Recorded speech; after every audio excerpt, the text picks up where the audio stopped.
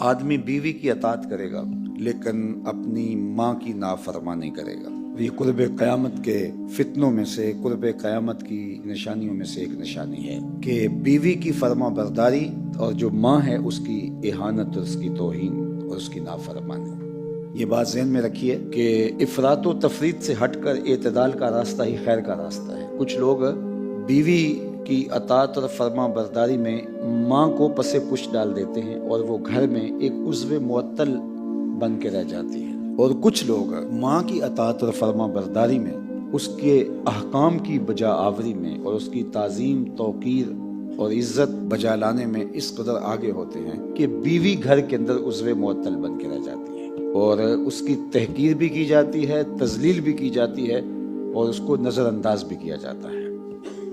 تو ہمارا دین ہمیں اعتدال کی راہوں پہ گامزن رہنے کی تلقین کرتا ہے کہ ہم دونوں کو ان کے مرتبے اور مقام پہ رکھیں۔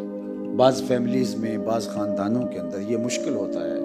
بعض کا ماں کا مزاج اتنا ترش ہوتا ہے کہ وہ کسی صورت بھی اپنی لائی ہوئی بہو کو قبول نہیں کر پاتی اور اپنے بیٹے سے بھی یہی توقع رکھتی ہے۔ تو یہ ایک شریف النفس مرد کے لیے جو حساس بھی ہو ذرا مشکل ہوتا ہے، لیکن پھر بھی اگر وہ اللہ سے ڈرنے والا ہو تو اس کے باوجود وہ کسی کی حق تلفی نہیں کرے گا۔ وہ مشکلات خود سہ لے گا لیکن نہ بیوی کی تذلیل کرے گا اور نہ بیوی کی وجہ سے ماں عضو معطل بن کے رہ جائے گی۔